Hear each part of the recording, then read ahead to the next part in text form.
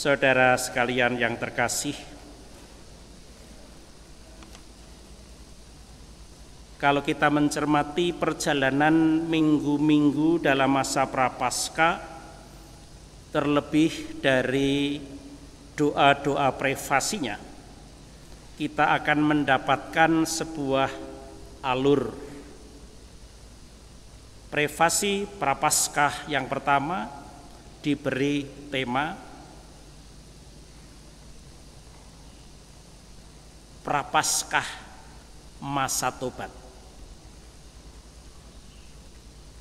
Itu artinya awal kita diajak untuk menyadari seluruh masa Prapaskah itu sebagai sebuah masa untuk bertobat. Prapaskah kedua diberi tema masa yang penuh rahmat. Itu artinya pertobatan itu diletakkan dalam sebuah konteks bahwa manakala kita memanfaatkan masa ini untuk bertobat, Tuhan akan menjanjikan rahmat kepada kita. Lalu yang ketiga diberi tema hasil pantang. Selama masa Prapaskah sejak awal kita diajak untuk fokus kepada pantang dan mati raga. Lalu khusus dalam Prapaskah yang ketiga ini kita diajak untuk melihat sisi pantangnya. Perjalanan sudah sampai separuh, lalu apa yang sesungguhnya kita sudah hasilkan? Pantang yang kita niati sejak awal apakah memang sudah ada semacam hasilnya? Demikian juga pada Prapaskah minggu keempat kita diajak untuk melihat sisi hasil puasanya. Minggu ketiga hasil pantangnya, minggu keempat hasil puasanya. Bagaimanakah kita menjalaninya? Dan minggu kelima saat ini diberi tema tobat. Perjalanan dari minggu ke minggu itu lalu kita dapat mengerti mengapa bacaan hari ini kepada kita disajikan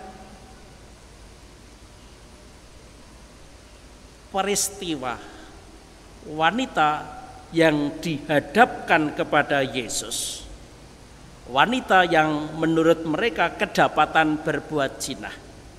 Dan mereka sudah ingin melempari wanita yang tertangkap basah ini, melemparinya dengan batu. Ada tiga hal yang menarik untuk kita renungkan sebagai fokus. Yang pertama, saking bernapsunya orang-orang Farisi dan ahli-ahli Taurat untuk mendengarkan pendapat Yesus, di sini dicatat, ketika mereka terus-menerus bertanya kepadanya, itu menunjukkan ketidaksabaran orang-orang Farisi dan ahli Taurat. Terus-menerus bertanya kepadanya tentang pendapat Yesus. Yesus yang semula berjongkok di tanah dan menulis entah apa yang ditulis. Lalu di sini dicatat, ia pun bangkit berdiri lalu berkata kepada mereka semua yang penuh nafsu bertanya tadi. Dan dengan tenang Yesus mengatakan, barang siapa di antara kamu tidak berdosa, hendaklah ia yang pertama melemparkan batu kepada perempuan itu.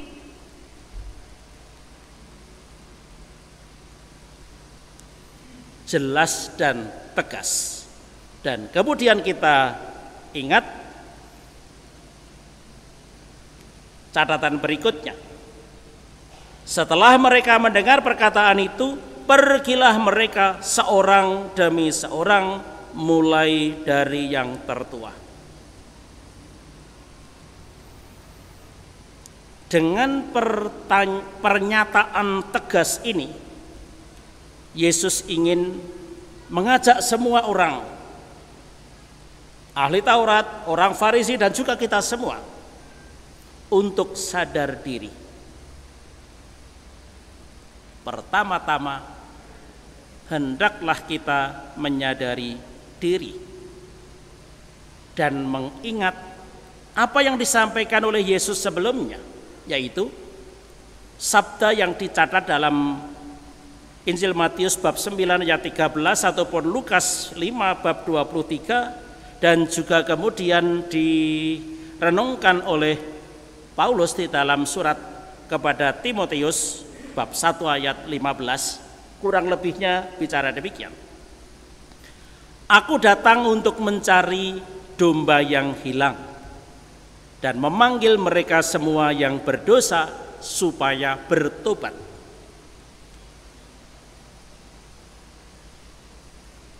Aku datang untuk orang berdosa.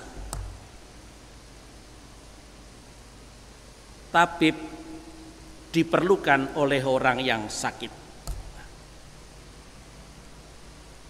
Dan kita ingat tentu saja macam-macam pengajaran Yesus mengenai tema ini, mengenai bagaimanakah orang berdosa dicari, dicintai oleh Allah. Banyak kisah diajarkan oleh Yesus untuk menunjukkan betapa ada kegembiraan besar di surga pada waktu ada satu orang yang bertobat kembali kepada jalan Allah.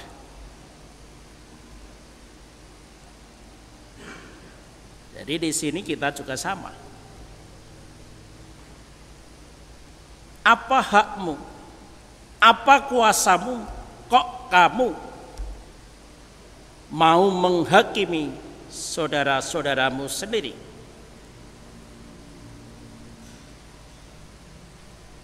Kurang lebihnya begitu. Maka lalu catatan tadi menarik. Pergilah mereka seorang demi seorang mulai dari yang tertua. Itu hanya ingin menunjukkan kepada kita betapa pada waktu mereka ditantang seperti itu, mereka akhirnya memang menyadari diri sebagai orang yang berdosa. Mereka takut untuk melemparkan batu kepada perempuan itu, karena sepertinya kalau ada yang satu pun yang berani, itu berarti dia yang tidak berdosa. Dan nanti dia yang kena sendiri. Tidak ada orang berani begitu. Ini kita lihat kecerdikan Yesus pada waktu dia dipepet, dipaksa, di fait accompli apapun, tetapi dia tetap tenang dan bisa membalikkan perkara itu dan membuat orang akhirnya sadar. Poin pertama itu. Yang kedua, apa yang direnungkan oleh Paulus kepada jemaat di Filipi.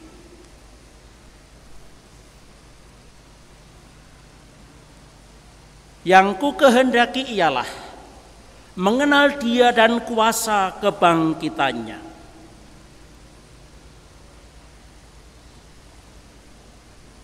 Ini yang dirindukan oleh Paulus, mengenali kuasa kebangkitan Yesus. Ada banyak kisah yang direnungkan oleh Paulus yang mau menunjukkan betapa dia banyak berhutang hidup, berhutang nyawa kepada Yesus. Maka satu-satunya kegembiraan Paulus adalah mengenal Yesus. Bukan hanya mengenal kepribadiannya, bukan hanya mengenal kebaikan Yesus, pengajaran dia, tidak. Tetapi yang lebih utama adalah mengenal Yesus dan kuasa kebangkitannya. Dengan menyebutkan rangkaian kata seperti ini, Paulus ingin mengajak kita semua bahwa tidak ada gunanya mengenal Yesus Kristus tanpa kita memahami kuasa apakah yang membuat dia bangkit dari alam maut. Maka dia mengatakan, aku melupakan apa yang ada di belakangku dan mengarahkan diriku kepada apa yang di hadapanku. Dengan ini Paulus ingin mengajak kita semua untuk menyatukan diri kita di dalam semangat Yesus. Paulus mengajak kita untuk dapat merasa-rasakan apa yang menjadi keprihatinan dan perjuangan Yesus. Apa yang membuat dia terharu hatinya menyaksikan penderitaan orang.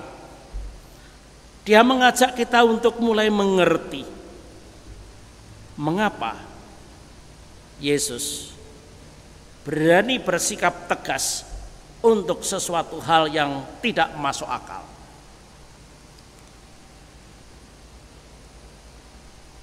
Poin ketiga,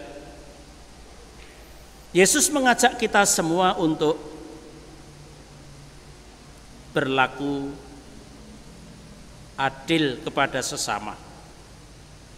Kita tidak diperkenankan untuk menghukum ataupun menghakimi orang lain,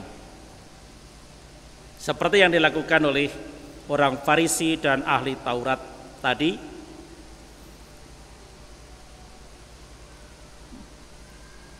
Menghakimi dalam pikiran itu mulai dari perilaku orang Farisi dan orang ahli Taurat tadi. Kok ya bagi saya itu apa? Kenapa mereka itu kober-kobere ngindek wong berbuat zina gitu loh. Ini kan seperti orang kurang kerjaan.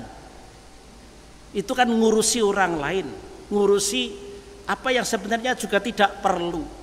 Apalagi motivasi mereka tadi adalah untuk mencobai Yesus, supaya mereka memperoleh sesuatu untuk menyalahkan Yesus. Motivasi sejak dalam pikiran, dalam kemudian diterjemahkan dalam perilaku, ini semuanya sudah menunjukkan bahwa mereka memang punya niat untuk menghakimi, menghukum, dan kemudian membunuh. Pada waktu kita menghakimi orang lain, memberikan cap kepada orang lain, tidak mau mengerti bahwa orang lain bisa berubah, itu berarti saya sudah membunuh dia minimal di dalam pikiran saya, dan nanti terucap di dalam mulut saya, dan kemudian terlaksana di dalam tindakan saya. Yesus tidak menghendaki hal seperti itu. Dengan Yesus mengatakan, barang siapa di antara kamu tidak berdosa, hendaklah ia yang pertama kali melempari wanita ini dengan batu. Itu artinya apa? Dia ingin mengajak kita untuk melakukan hal yang seperti dia lakukan. Dan itu dicatat dalam Injil Yohanes pada kalimat terakhir pada ayat 11 tadi. Dia berdiri berhadapan dengan perempuan itu yang dikatakan di sini masih berada di tempatnya. Yesus mengatakan, aku pun tidak menghukum engkau. Pergilah dan jangan berbuat dosa lagi mulai dari sekarang. Yesus mengajak kita untuk mengampuni. Mengampuni berarti memberikan kesempatan untuk hidup. Yesus mengajak kita dengan mengampuni itu kita mencintai kehidupan dan kemudian memelihara hidup itu sebagai sebuah anugerah. Hanya kita yang menyatakan diri sebagai pengikut Kristus yang sejati dan setia, itu yang akan memiliki kekuatan hati untuk dapat mengampuni. Orang bisa menyebut diri Katolik, orang bisa menyebut diri ini surat baptis saya, tetapi kalau dia tidak belajar sedikit demi sedikit untuk mengampuni, itu kekatolikannya atau kekristenannya patut dipertanyakan. Semua dari kita, siapapun harus bisa belajar yang namanya mengampuni. Karena mengampuni itu tanda bahwa kita cinta akan anugerah Tuhan. Dan anugerah Tuhan yang terbesar dari kita apa? Kehidupan. Alangkah indahnya hidup bersama dengan saling mengampuni, dengan saling menerima dan mencintai, daripada saling memusuhi, saling membunuh, saling membinasakan. Hanya orang yang bisa mengampuni akhirnya bisa sujud syukur di hadirat Allah. Syukur ya Tuhan, karena Engkau telah memberikan kepadaku kesempatan untuk hidup, dan betapa indahnya hidup yang aku nikmati sekarang ini sebagai anugerah-Mu yang terindah.